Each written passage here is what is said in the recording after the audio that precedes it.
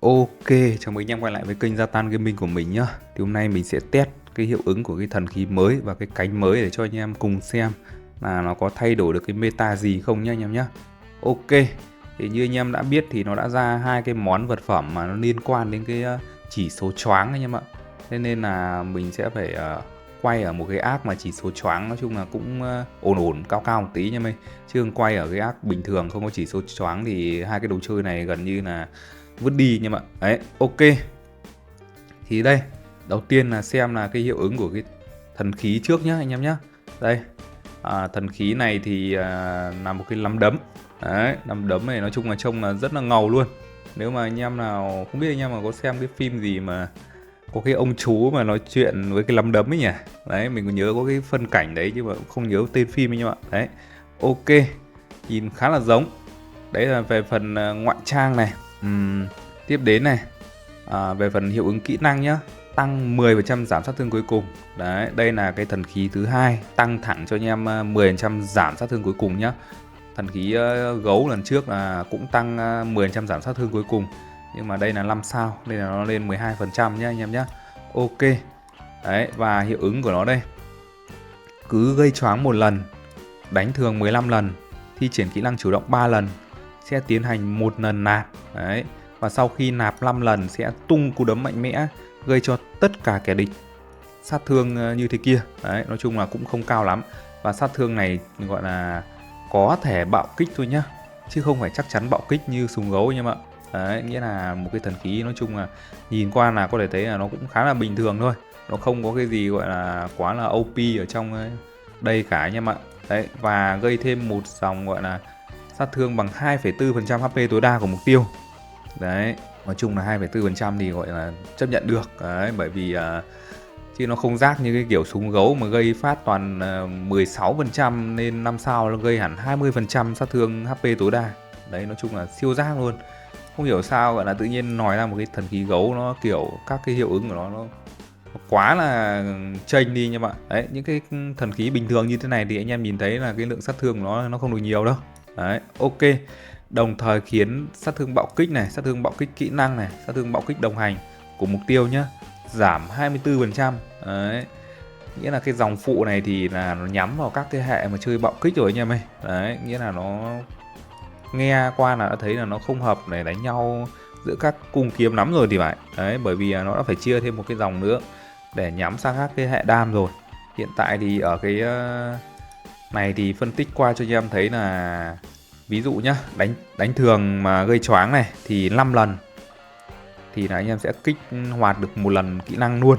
Đấy, còn đánh thường 15 lần mà trong trong người anh em ấy không có cái phần trăm choáng nào ấy thì rất là lâu luôn. 15 lần mà tốc độ đánh là 3 chấm thì tương đương với 5 giây nhá. Thi triển kỹ năng chủ động 3 lần thì anh em có 6 kỹ năng chủ động thì coi như lúc đầu vào là kích được 2 tầng thôi. Đấy, nghĩa là lại phải đợi thêm tầm chục giây nữa. Đấy, nếu mà không có choáng thì hai cái dòng này nói thật sự với anh em là kích quá lâu luôn. Đây, để cho anh em xem này. Đây hiện tại là choáng 0% nhá. Đấy, mình sẽ xem thử trước cái này. Bấm xem trước thần khí này, vừa xem hiệu ứng vừa xem mà bao nhiêu lâu nó mới choáng nhá. Đây, nắm đấm bắt đầu hiện mờ mờ trên đầu nhá anh em nhá. Đấy, đánh thường gọi là 15 lần mới kích và thêm cả kỹ năng nữa. Đây, nếu mà riêng đánh thường thôi thì là 25 giây anh em ạ. 25 giây mới kích được cái thần khí. Ok. Đánh lại, đánh thường kết hợp với kỹ năng đi. Vừa đánh thường vừa kỹ năng đi để xem là bao nhiêu giây thì nó mới đấm nhá. Đấy, 16 giây thì nó mới đấm. Ok chưa? Đó. Thì bây giờ nếu mà anh em có một set choáng này, có một set choáng nhỉ. Đây để mình chuyển sang một cái set mà có choáng này. Choáng ở đây là đây anh em nhá. Một set choáng hiện tại đang 65%. Mình chưa đeo đồ mới vào thì mình sẽ thử đeo cái thần khí choáng này đi. Và cái cánh này thì nó tăng 10% choáng, nhưng mà từ từ mình hãng đọc sau. Đấy, mình đeo vào trước để lấy cái hiệu ứng choáng để cho cái thần khí nhá. Để test cho anh em xem trước nhá. Ok. Đây thì 75% choáng thì anh em xem thì cái nắm đấm thì nó sẽ kích như nào nha anh em nhé. Đấy, mỗi cái hình thái của cái nắm đấm này nó sẽ là một cái tầng nha anh em nhé. 5 tầng là nó sẽ đấm. Ok chưa? Đây mới là chưa cả bật kỹ năng lên cùng đấy anh em này, đã đấm liên tục rồi, nghĩa là con boss nó choáng liên tục. Đấy, cứ một đòn đánh thường mà nó choáng thì là đồng nghĩa với việc là kích được một tầng luôn. Đấy, nó không chậm như kỹ năng và nó không chậm như đánh thường. Đây nhá anh em nhá. Đấy, nói chung là liên hoàn đấm luôn anh em ạ. Ok chưa? Thế nên là bắt buộc là anh em phải có một cái set choáng, đấy, gọi là đủ cao. Ok, đấy, hiệu ứng thì nhìn khá là ngầu như thế và lỗ là cũng liên tục khi anh em có đồ choáng rồi. Đấy, để check cho anh em xem là đồ choáng ở đây gồm những cái gì nhá. Đầu tiên là một set choáng đến từ hành trang, đấy, là một cái không thể thiếu này. Và trong thiên phú thì có duy nhất một dòng choáng đến từ phép thuật, đấy, cái nhánh pháp sư này, choáng 15% nhá. Ok, và anh em muốn nâng choáng cao hơn nữa thì anh em phải sắm cho anh em gọi là một bộ phụ ma có choáng. Đấy, như set này thì choáng được 21%. Ok chưa? Nói chung là như thế thì mới lên được cái hệ số choáng gọi là 75% này. Đấy, cả cánh nhá. Và anh em nếu mà muốn bỏ qua choáng ấy, có một cái chỉ số bỏ qua choáng ở đây. Đấy, hai bên này anh em mà nâng mắc ở đây thì là anh em sẽ được 30% bỏ qua choáng, thì nói chung là giảm đi rất nhiều kẻ địch rồi. Ok, được rồi, mình sẽ đọc luôn cái cánh nhá, để có gì mình sẽ test theo cặp luôn, bởi vì hai này gần như là nó sẽ đi cùng nhau rồi. Đây, một cái cánh sẽ tăng 10% choáng này, và sau khi kích hoạt choáng gây thêm cho mục tiêu 1000% sát thương kỹ năng này và 200% sát thương đánh thường, có thể bạo kích. Đấy, nhưng mà anh em thấy là cái dòng bạo kích này gần như sẽ không thể kích hoạt nổi anh em ạ, anh em nhé. Tại sao? Tại vì anh em phải chơi đồ choáng rồi, chơi đồ choáng rồi thì sẽ không thể chơi đồ bạo kích được nữa. Đấy, không chơi được đồ bạo kích nữa thì làm sao mà kích hoạt được cái đam của nó lên bạo kích, đúng không? Thế nên là đây là một cái dòng nói chung là rất khó kích hoạt, trừ khi cái tỷ lệ bạo kích của anh em từ thông thần này kia cao thôi, cũng không thể nào cao đến mức gọi là 70-80% để dễ kích hoạt được. Cao hơn 30-40% thì cũng chả để làm gì. Đấy, nếu mà không có một set trang bị bạo kích anh em nhé, thế nên là rất là khoai đấy. Và cũng tiếp tục khiến sát thương bạo kích đồng hành, sát thương bạo kích kỹ năng của chúng giảm 20%. Và sát thương đánh và giảm sát thương đánh thường, giảm sát thương liên kích giảm 10%. Ok, nói chung là cũng thấy là hơi nhắm vào các cái hệ đam một chút xíu. Được rồi, bây giờ thì mình sẽ test cho anh em cùng xem. Đầu tiên sẽ là một phương án súng gấu và cánh sóng cũ nhá. Đấy, để cho dễ so sánh đi với cái đồ chơi cơ bản này đi. Đấy, ok, thì mình sẽ test với em Kai nhá. Đấy, em Kai đang để một set tử thủ để xem là nick này có đam chết được không. Đây, hiện tại thì mình cầm nửa tanh nửa đam thôi. Nói chung là cầm đồng bộ một set thôi để test cho anh em dễ hình dung, chứ cũng không dùng nhiều set, nhiều phương án gì nhá anh em nhé. Đấy.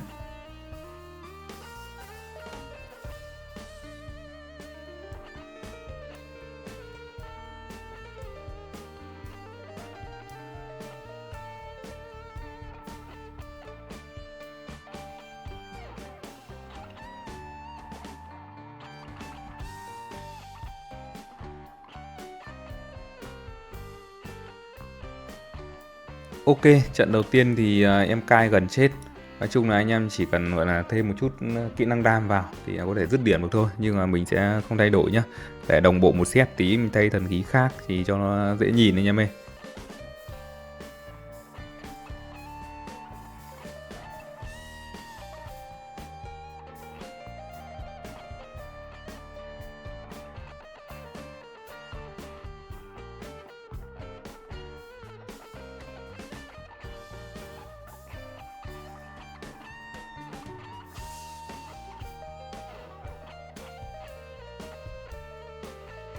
Ok, thì kết quả vẫn là em Kai sẽ xuống tầm 10 đến 20% máu nhá.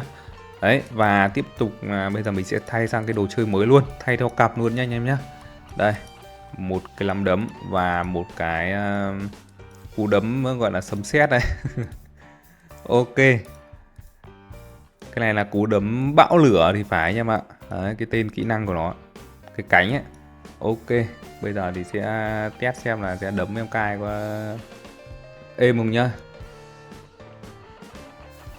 Đấy, Và chỉ số hình như bỏ qua choáng cơ bản của em cai thì cũng giảm được tầm hơn 10% hay sao ấy.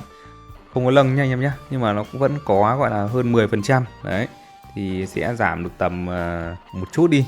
Thì áp này sẽ lên được tầm 60% choáng này. Đấy, thế nên là cảm giác 60% vẫn hơi thấp anh em ạ. Chỉ số choáng này lấy cũng khá là khó đấy. Ok, đấm thì gần như là mỗi lần đấm thì nó không tụt được bao nhiêu máu anh em ạ.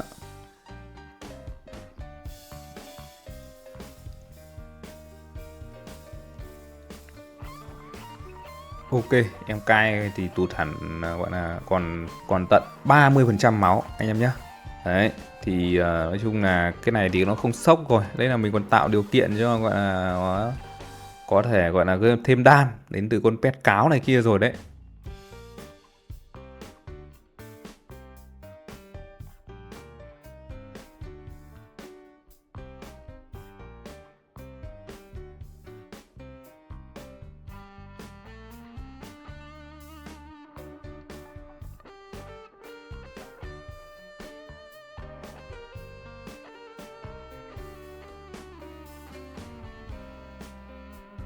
Ok nha bạn, nói chung là đa số là đam mà không được bao nhiêu, chủ yếu đến từ các hiệu ứng khác cơ.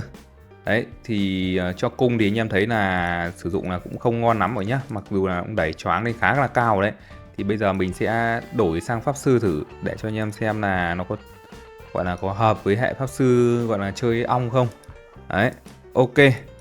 Thì hệ pháp sư vàng của chúng ta thì có cái gì? Đây, chuyển đổi nghề nghiệp này. Đấy. Hệ pháp sư vàng thì có một cái dòng gọi là mỗi lần gây choáng sẽ giảm thời gian cooldown của kỹ năng chủ động đi 0,3 giây. Ok. Và duy trì gọi là thời gian của kỹ năng chủ động thêm 40%, sát thương thêm 10%. Đấy, ok chưa? Đấy. Nhưng mà sang pháp sư vàng thì tỷ lệ choáng thì nó không tăng được nha anh em nhé. Nó vẫn là 75% thôi. Để xem là khi sang pháp sư vàng thì spam kỹ năng nó có được nhiều hơn không. Thì cùng vào test luôn lại nhé. Đấy, vẫn một cái set đấy thôi. Đấy, không có gì gọi là thay đổi cả anh em nhé. Chung một set hết. Đấy, để xem là lượng đam như thế nào đây. Pháp sư vàng thì nó sẽ có thêm một cái dòng gọi là phá khiên nữa. Thế nên là đục tanh nói chung là cũng khá là bén đấy.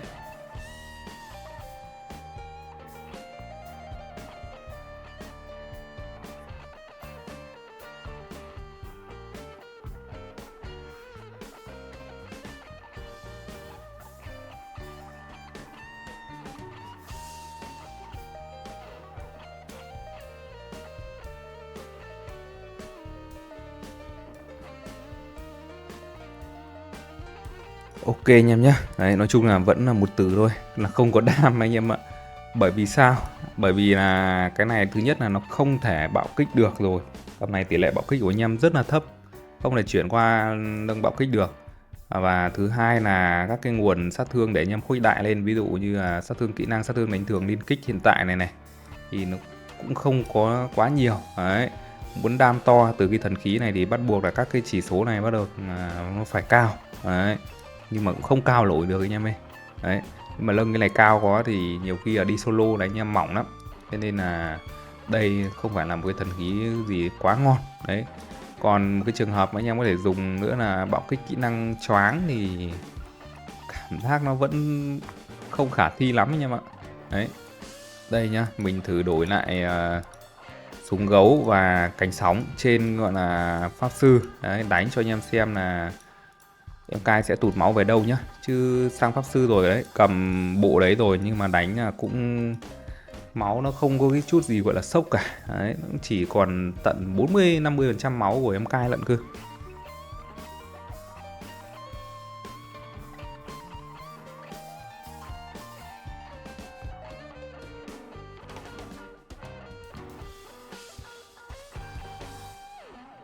Đấy, sang pháp sư này, phá khiên gọi là của em cai liên tục nên là súng gấu bắn cực ấy luôn nhá anh em nhá, bắn cực khỏe luôn. Đấy, bởi vì bình thường ấy súng gấu bắn theo phần trăm máu tối đa nhưng mà sẽ bị khiên của đối phương triệt tiêu nhá, nhưng mà riêng pháp sư thì phá vỡ khiên gọi là liên tục, cho nên là súng gấu là cứ gây kiểu đam chuẩn luôn đấy anh em ạ.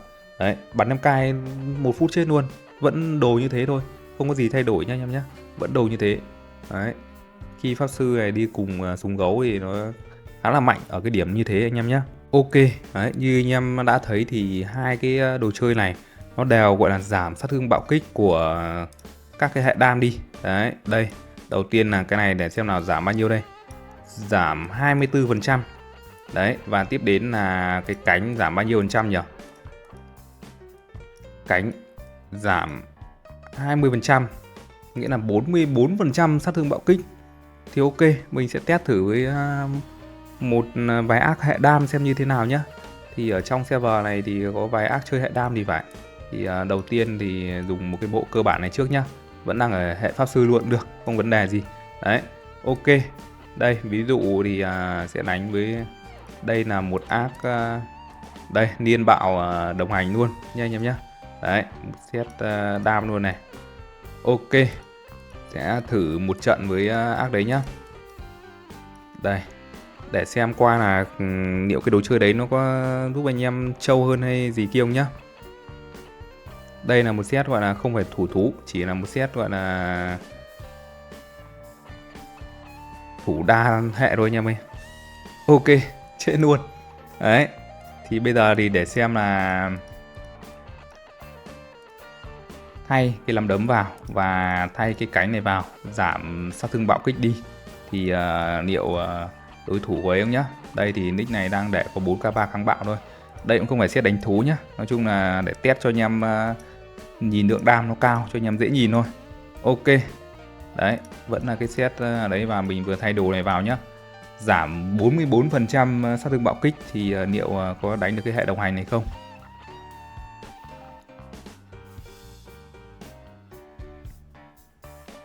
Ok, nói chung là vẫn thế. Trông nó hơi ấy nhỉ. Ok, mặc dù là một set gọi là nạch, nhưng mà anh em thấy là đánh đây cho anh em xem kỹ lại nhá. Thì đây, cái trận đầu tiên mình vừa đánh đây, thì xem là bên địch còn bao nhiêu máu nhá.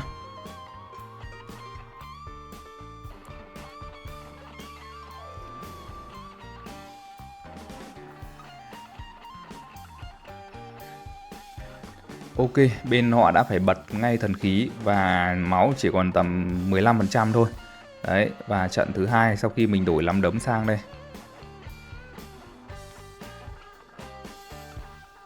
Ok, nói chung là địch thì không bật ấy luôn nhá, không bật cái gì luôn. Ok anh em nhá, thì video test đồ chơi mới của mình đến đây là kết thúc. Nói chung là thì tất nhiên là cũng chưa được hẳn tối đa cho cái gọi là sức mạnh của cái thần khí này đâu, nhưng mà mình thấy là anh em có muốn chơi nó thì phải yêu cầu rất là cao nữa, từ phụ ma nói chung đồ đạc này kia, mà đấy thì nói chung là đỉnh cao của cái chỉ số rồi, nhưng mà nói chung vẫn thua thần khí gấu cơ bản thôi anh em ạ. Đấy, bởi vì các cái dòng của nó rất là khó kích luôn. Đấy, ok anh em nhá, thì video của mình đến đây là kết thúc nhá. Và anh em nào có nhu cầu về build ác hoặc là chuyển hệ hoặc là bất cứ cái gì gặp khó khăn thì có thể liên hệ qua mình nhá. Ok, chào tạm biệt tất cả anh em.